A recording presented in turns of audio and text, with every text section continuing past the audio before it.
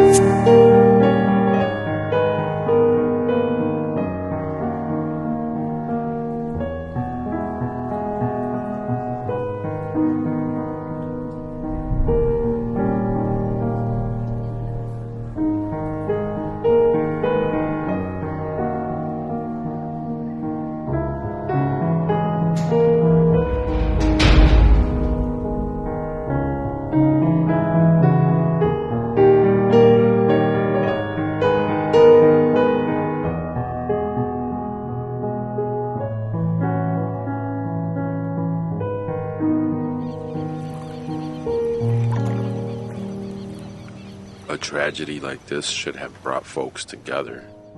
I do not feel sorry for Chris. I'm sad about the case as a whole, as in everything that happened. None of it should have happened. We know where this stems from. It's so obvious. A man's upbringing plays a huge part in who he becomes. At what point do we say enough is enough? Call for a ceasefire between the families. Let's not kick them while they're down.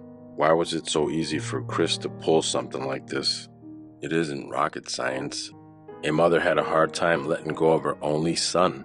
Messed with his head and his marriage. You throw a mistress in the mix, and now you got a psychopath's wheels turning.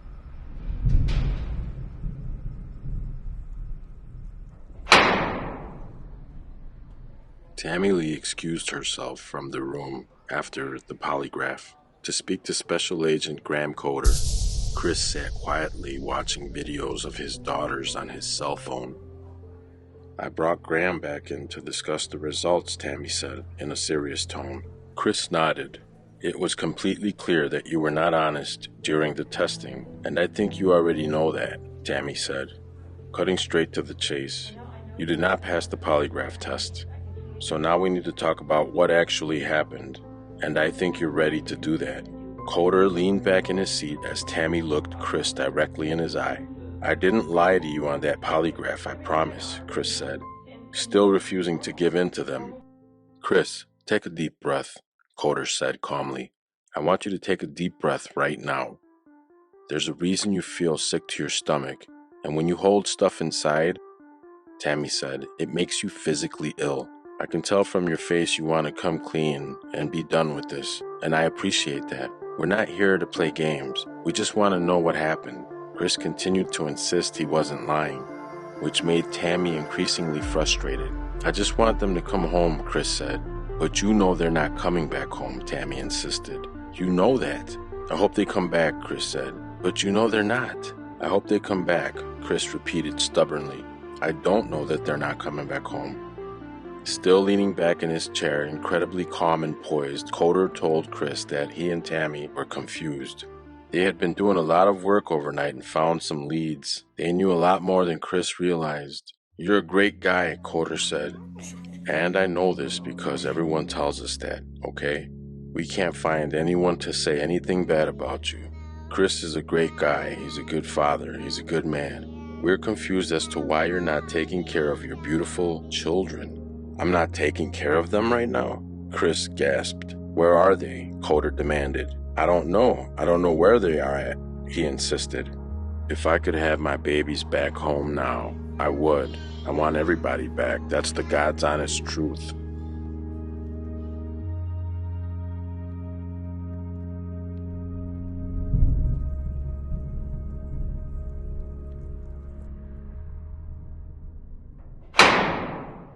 So waking up to the same sounds in a cold cell gets old quick. Hearing other inmates arguing can and will do a number on the mind and soul. I can only imagine the verbal attacks Chris Watts had to endure since his confession.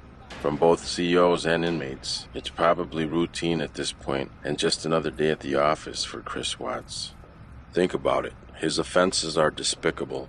Criminal code is like the Bible in the penitentiary. The average Joe comes to prison without a jacket on a nonviolent crime. But then after a nickel in the prison system, an inmate changes, becomes institutionalized. Little things begin to get to us. Newbies coming in for the first time. It's annoying. They offset the pace, slow everyone down. You see, not everyone has a release date to look forward to. Convicts who are leaving in a body bag have no problem putting others in one first. If Chris were in general population without a jacket, he would be on count whether he liked it or not. On count is just another term for willingness to participate. He's white, so the white boys will come talk to him and call upon him from time to time. Ask him to have a seat at the table. Get to know him. Figure out his net worth, so to speak. Oh, so you love God. Going to church every Sunday. Get this to the little homie in the third row with the braids in his hair. And next Sunday he will give you something to bring back home. Oh yeah, you will have a purpose and make yourself useful, or life on the inside will be unbearable. Don't want to do it? Haha, but you will, trust me. Prison politics have a way of working itself out. The city within a city knows who goes against the grain. If you slow down the machine, they'll send in the mechanics to tune your ass up real quick. We can't escape karma. A wise man once said, do more for others than you do for yourself, and you'll be doing the Bible's work. If we were living in the times of God's law, a court would allow Frank Ruzick to take Chris's life in front of his whole family. As the Bible states, an eye for an eye. On March 16th of 1984, at 9:30 p.m., authorities were transporting a popular karate instructor in custody for the kidnapping and abuse of 10-year-old Jody Plausch. While walking through the airport terminal, Jody's father waited patiently for his son's abuser to walk past, picked up a nearby payphone wearing hat and sunglasses, and seized the small window of opportunity to deliver God's justice. Unexisting 25-year-old Jeff Doucette for abusing his 10-year-old son Jody, shooting him in the head at point-blank range with a .38 snub nose. Gary Plausch just happened to be having a couple of beers at a bar when he overheard an executive for a local news station say that Jeff was being flown in from California with a date, time, and terminal, and that's all he needed. Got off with probation on a manslaughter charge. When the community came together on his behalf, the Lord works in mysterious ways. Gary Plausch passed away in 2014. May he rest in peace. I said it before. Had he done something like this to mine, Chris would have never seen a court date.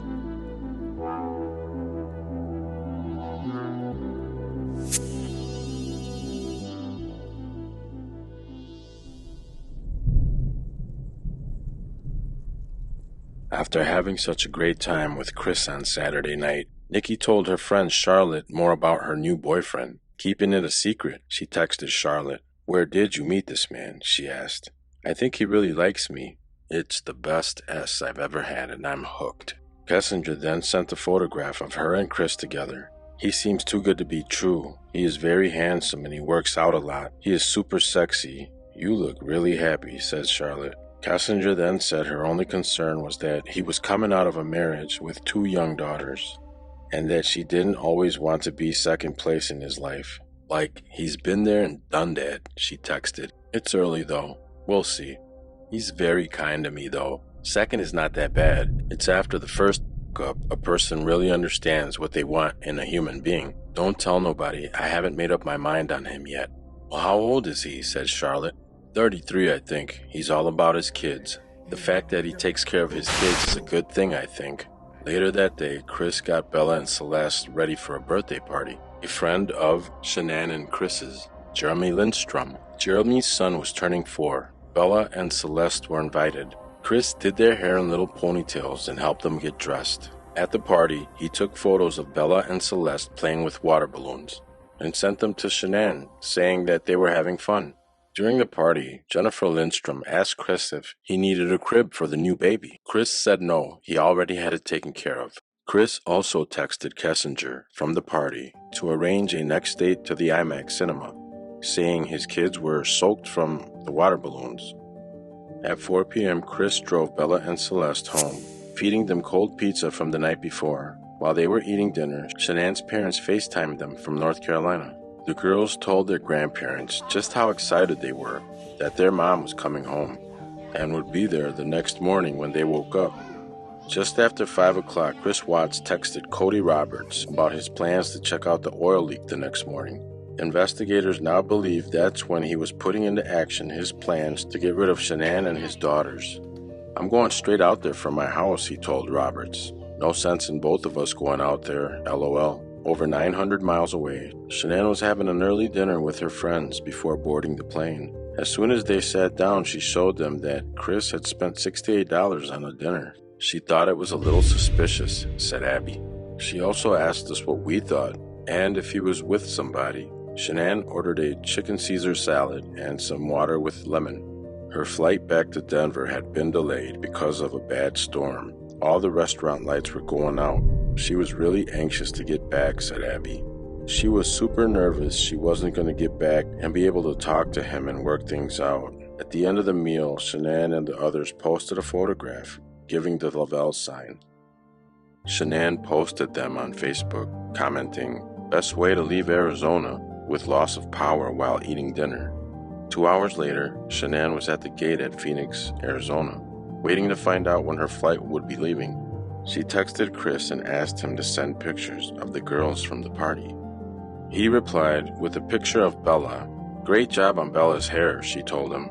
"Really bad dust storm, rain, thunder, and lightning. Praying it doesn't get canceled tonight." She then called him, but Chris was angry she interrupted his workout. She had to let him go. "Sorry I bothered you," she texted him back. "I just wanted to talk to you." While she was waiting at the gate, Shanann composed a rough draft for what she planned on talking to Chris about when she got home.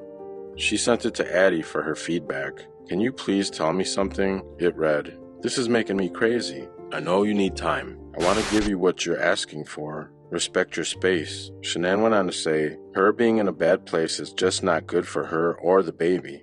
I just need you to give me a little bit of what I did or didn't do, so I'm not going crazy in my head trying to figure this out. I know I can't fix it by myself. That we are going to have to work on together." At 9:28 p.m., Shanann called Chris, but he did not answer. He was in the middle of a conversation with his girlfriend for almost 2 hours.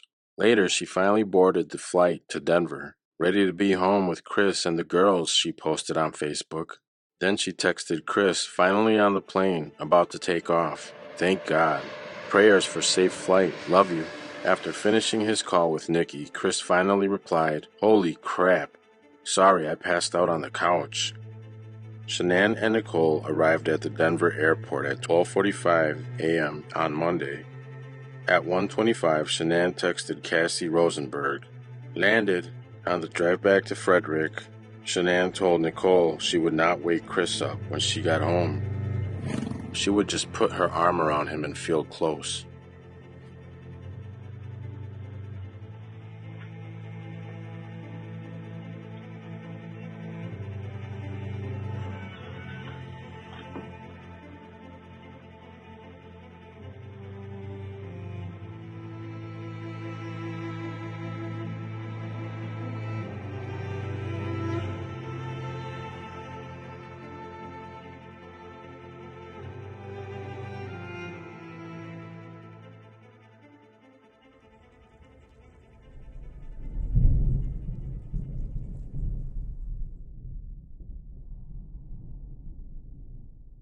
Tammy and Coder stared at him in silence. The only sound that could be heard was the steady tick of the clock in the interrogation room.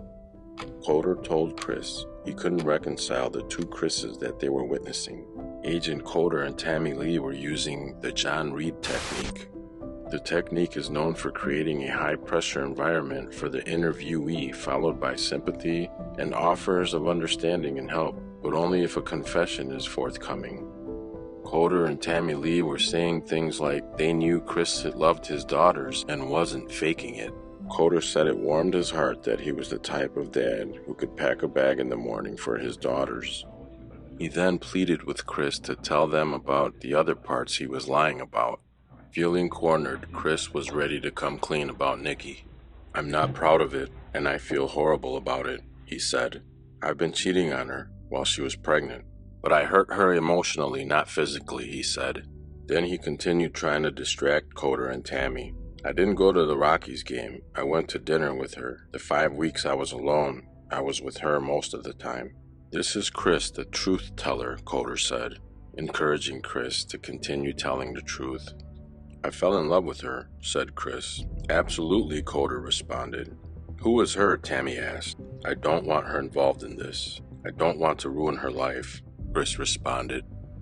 "She's a wonderful person. She knew I was married, yes. At the end, I told her I was going to get separated. When I saw her, she took my breath away. And never in a million years did I think that was going to happen. I never felt this way about anyone in my lifetime." And people wonder why we still probe the case. The absolute scumbaggery that inmate Watts radiates in the interrogation room, romanticizing about his mistress while his family is missing, knowing exactly what he did and where he put them. Detectives gave Chris an out using the Reed technique. Shanann never touched those girls.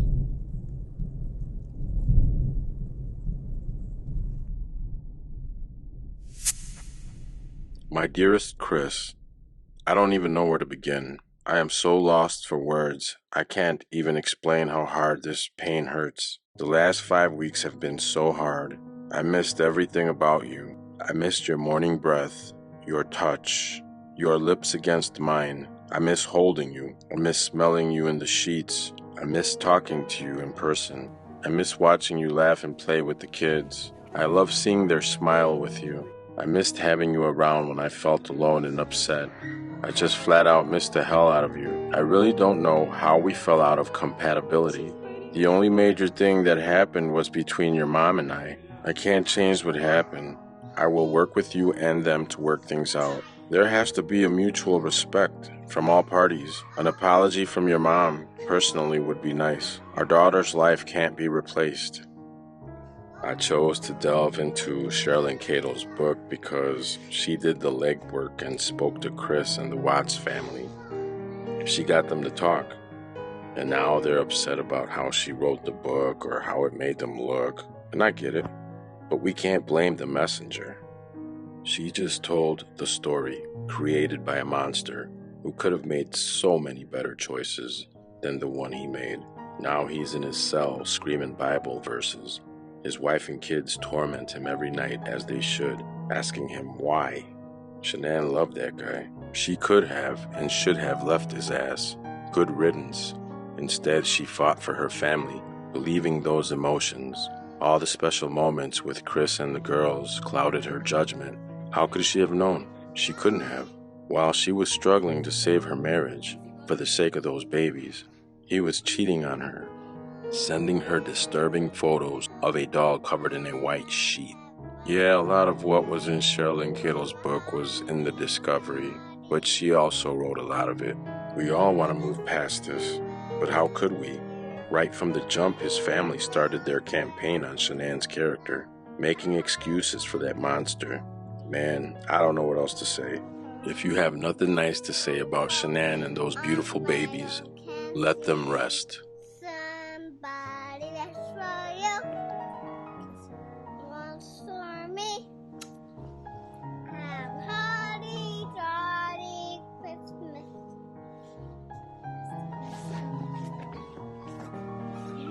No.